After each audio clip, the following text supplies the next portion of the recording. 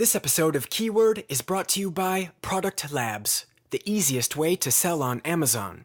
You provide the product, and these Amazon insiders do the rest. They can be found at productlabs.net. I'm Kate Valentine. This is Keyword, the Amazon Insider podcast. We talk only with former and current Amazon employees to bring you authoritative and insider information to help you run your Amazon business. Amazon recently dropped a bomb on a go-to strategy for many Amazon sellers who used review clubs to get product reviews. The new policy released October 3rd says Amazon no longer permits providing free or discounted products in exchange for reviews. This creates a challenge. Sellers used review clubs to boost the performance of a product. We know Amazon prefers to rank products higher that sell, but to get sales, you need to convince people to buy your product.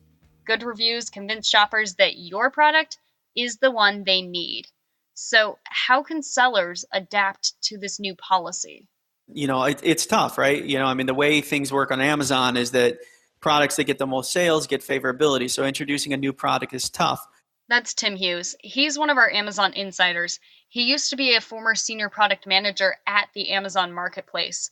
In this episode, we talk with him and another one of our Amazon insiders who tell us sellers are overvaluing the impact the number of reviews has on both sales and the Amazon search algorithm.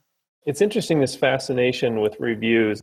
This is Brad Moss. He's the former head of Seller Central.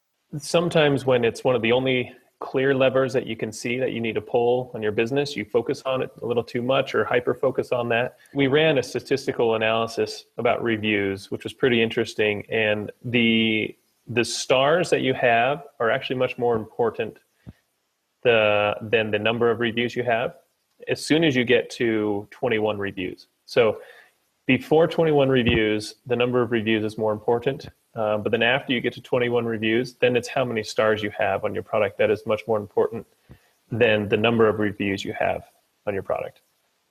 And that was taken with very mass chunks of data, millions and millions and millions of products that are sold from top brands to low brands. So it's an interesting point that, after you get there, after you get to 21, is it probably better to have 100 or better to have 1,000 versus 100? Yeah, there's some benefit there. But is it enough to be focusing so much of your time on the review system versus focusing on your brand and actually talking with customers and to the people who have purchased your product about what they want different in the next version of your product? I think there's a lot more things about actually your product and your brand that people should be focusing on a little bit more than just the reviews for their current existing one. As a quick review, Brad says the sheer number of reviews isn't as important as you might think. The impact more reviews has on sales only matters if you have less than 21. Whether a product has 21 reviews or 1,000 reviews, the shopper doesn't care. So you want to get to that magic number 21. After that, your focus should change. Our Amazon insiders tell us you need to focus on high star ratings by building your brand and providing great customer service. Both Tim and Brad recommend using some sort of autoresponder like Feedback Genius to engage with your customers. Another thing is, a lot of the larger sellers, what they do is they'll do follow-up communication after, a product is sold, and they'll make sure that everything's okay. And I believe these are within guidelines. Again, read at Seller Central to see the most recent guidelines. But it's perfectly legit for somebody who purchases your product to say, hey, guess what? We're glad you made the purchase. We'd appreciate it if you had any feedback or anything, or you can leave a review or anything like that, as long as it follows Amazon policy again. So it is not... Again, it's not going to be an easy thing to do to compete with a product that has 1,000 reviews. If it was, everyone would be doing it. It's going to take work and dedication to get your product out there, but there are things you can do. Now, Amazon hasn't outlawed incentivized reviews completely. They are simply forcing sellers to use their own program. It's called Amazon Vine.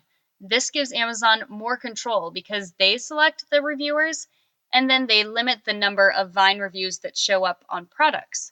Right now, only vendors can use the Vine program, And it's expensive. It costs about $2,500 for each campaign. According to our insiders, Amazon is preparing to expand the Vine program. This expansion will allow third-party merchants to get incentivized reviews. We're hearing it'll be part of a new tool called Brand Central. Brand Central will give sellers a bunch of other tools to managing their business. We'll be talking more about Brand Central in future episodes and on our website, keywordpodcast.com. Back to incentivized reviews. According to our multiple sources, Amazon wasn't going to change the review policy until the Vine program was ready to be expanded. But negative media coverage on review clubs forced them to act faster. If you want to learn more about this policy change and how to generate reviews within Amazon's guidelines, you can listen to a webinar with our Amazon insiders on productlabs.net. Thanks for listening. I'm Kate Valentine. This is Keyword, the Amazon Insider Podcast.